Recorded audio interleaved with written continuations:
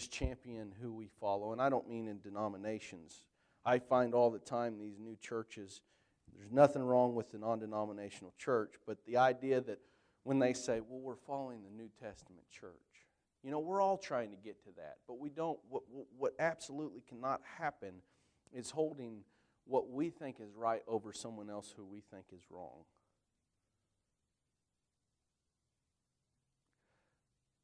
Paul is trying to get a church that is about to split to come back together. And he goes on in verse 13 and says, has Christ been divided? Did I miss something? Was Jesus cut up and given a little bit to Paul, a little bit to Apollos? You know, where are you coming from? He's trying to get a church that's about to be divided to come together because of the reason that they come together in the beginning, which is Jesus. It seems that there was some old-fashioned politicking going along, and some people wanted one leader to be right, and some wanted another to be right. Our unity in this church is vital to the fellowship that we experience in Christ. We cannot become involved in divisive groups and continue to have Jesus at the center of our faith. Those two can't happen. Either we're united in Christ or we're not following Jesus. It is just like a current political race where the individual candidate becomes more important than the specific issues that they're discussing. Worship of Jesus fixes any destructive, divisive issue that can occur in the church. And so when we stop focusing on specific problems and we start worshiping Jesus, we start acting like the church that He called us to be. Jesus being your history really does not make sense. Paul moves to calling out specific individuals in verse 14. And this is where he begins to do some of his literary things. You know, he says, well, I haven't baptized any of y'all. Well, hold on. Now that I think about it, there was a couple that I baptized. And he goes on to say, but that's all the people I baptized. Well, now that I think about it, there was Stephanus that I also baptized. And then he goes on to say, well, and I don't even remember, there may have been even more people that I baptized, but that's not the important thing. He is drawing a connection between the Corinthians and himself, saying, I am vital to you, I know you, I love you, I've baptized some of you. And in this manner, he's assuring the Corinthians that he's looking out for their best interest. He's not simply going for a power grab to take something away from Apollos or Peter. He is simply looking out for their best interest. Paul ends this section of verses setting up really what he's going to go into next in verse 17 when he says, for Christ did not send me to baptize, but to preach the gospel, not in cleverness of speech, so that the cross of Christ would be not made void. Paul simply says, when I showed up, I didn't bring my doctoral thesis and speak to you about the logical way and natures of following Jesus. I didn't give you some impossible riddle that you couldn't figure out. I simply gave you the message of the cross, and you followed.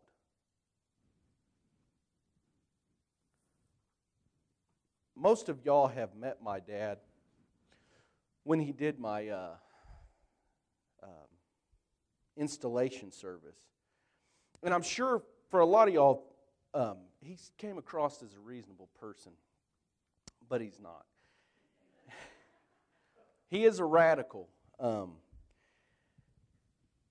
When we were in Oak Grove, and I was probably 5th or 6th grade, young boy, my dad, in continually trying to follow the Lord, had been praying and reading his Bible a little too much, took it a little too literal. And one day, as he's retold me this story many times, one day while he was praying, he felt like God was asking him to carry a cross up and down the streets of Oak Grove and pray for the town. And when God first said this, he thought that he must have heard the Lord wrong. So he just kind of ignored it. So over the next several weeks, he continued to feel that God was asking him to carry a cross up and down the streets of Oak Grove and pray for them. Well, eventually, he figured out he was hearing God right and decided, okay. In fact, the way he tells it, he kind of got mad at God one morning and said, fine, if you want me to carry a cross, bring me a cross. And the way he tells the story is that day 3 crosses were brought to him and given. So that didn't work. So these are real large crosses, like 10, 12 feet tall. And he looked at it and said, well, God, I can't carry this thing, so you got to figure out how I can get this thing around. Again, the way he tells the story is somebody happened to bring by a bicycle wheel with a base on it that fit that cross. So he was kind of stuck now. You know, he had thrown out all the challenges to God, and somehow the Lord had met them. So he begins to do this. Well, he didn't, go out in the middle of the day at 5:30 when everyone's coming home at night. He would get up like at 3 in the morning so no one could see him.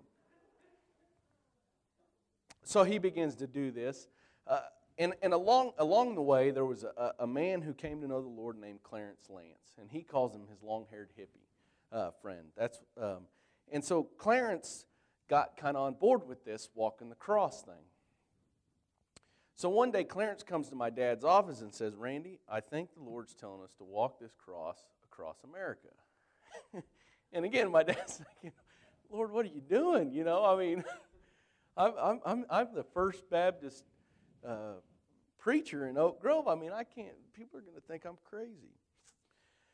So eventually they did it with the support of the church in Oak Grove, with the support of churches all across America. They walked across from Santa Monica, California to Washington, D.C. There was a National Promise Keepers rally. And on the way, there was another story that he told me about, how they were sitting in a restaurant somewhere in the South and having breakfast. And a couple next to them, sitting at a table, began to talk about these crazy guys that were walking across America. And so as they're talking about them, my dad and Clarence just simply listening, this couple had come to the conclusion that the only reason somebody would do that was for money. And so they were going on and on about how it was a big scam. It was like those TV evangelists, and they're just doing it for money. Well, my dad, kind of being, persnickety, got the attention of the waitress and paid for their meal without letting them know. Well, as they got ready to get up and go out, they came to the understanding their meal had been paid for and went and approached my dad and Clarence to thank them. And when they thanked him, my dad said, hi, I'm Randy Messer. We're with the Crosswalk Across America. I am sure they were extremely confused because sitting right next to them were the very men that they were bad-mouthing. Now, I have a point to all this, other than just to show y'all my dad's crazy. I know in talking with my dad, it was a very difficult conclusion that he came to walk that cross.